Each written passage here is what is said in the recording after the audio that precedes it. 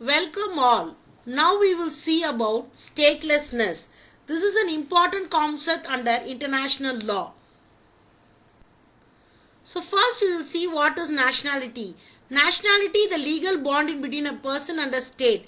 Nationality is a form of membership that results in the rights and duties, for instance, right to enter and residence in the state, a political right, duty to perform military service, whereas we have read about nationality and citizenship in earlier classes.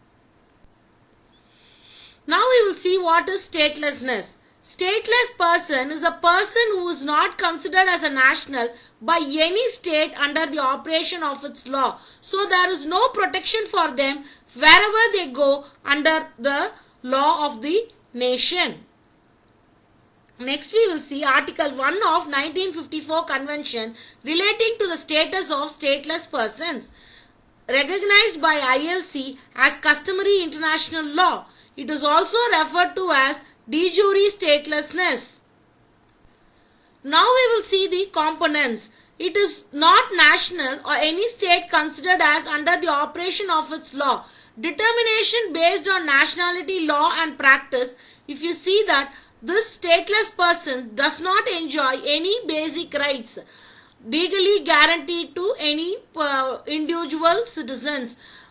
United Nations High Commission for Refugees guidelines and its definition issued on 20th February 2012.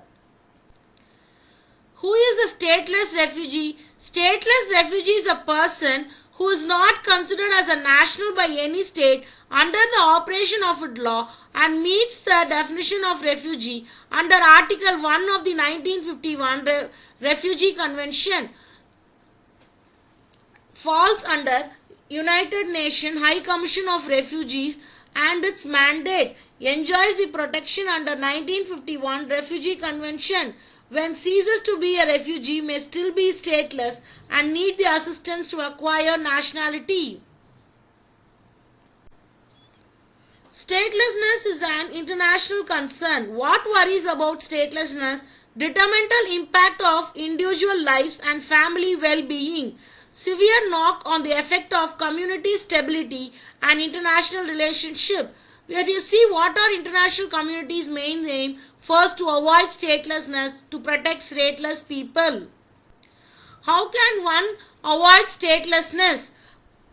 First, gaps in nationality law. Conflicts of nationality law had to be addressed. Arbitrary deprivation of nationality is also another reason. The processes relating to state succession should also be taken for consideration. Common underlying factor is the discrimination. Common contributing factors are migration, lack of birth registration, administrative obstacles. Now we will see about 1961 Convention on Reduction of Statelessness, specifically aimed at avoiding statelessness. Prescribed concrete safeguards for states to include their nationality law where people would otherwise be stateless. Child born on territory who is otherwise stateless should be granted nationality. Not an international law on nationality but a common framework for avoiding statelessness. Now we will see how stateless people can be protected. The legal bond between the person and the state, the membership resulting in rights and duties, nationality as to the rights to have their rights, fate of stateless people as a matter of charity. All this should be taken into consideration. Now we will see about the limited access to social economic rights, work, education, housing, healthcare, no travel or identity documents, long-term or indefinite detention, expulsion from a nation, inability to contract marriage or register birth, exclusion from political processes. These are the main drawbacks to be considered. When you see nationality, the foundation of rights, no international law extends many rights to everyone regardless of nationality or statelessness. What rights do to stateless people enjoy? General principles, example non-discrimination, the Human Rights Law, 1954 Stateless Convention. States must protect human rights for everyone under their jurisdiction, including non-nationals.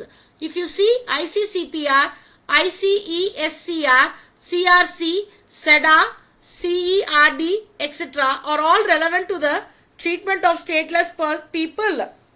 Some rights may be reserved for citizens. Example, political rights.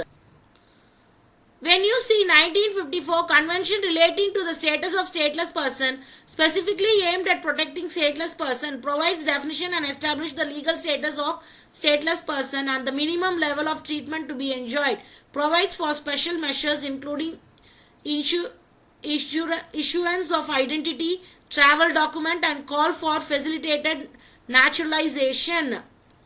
Thank you.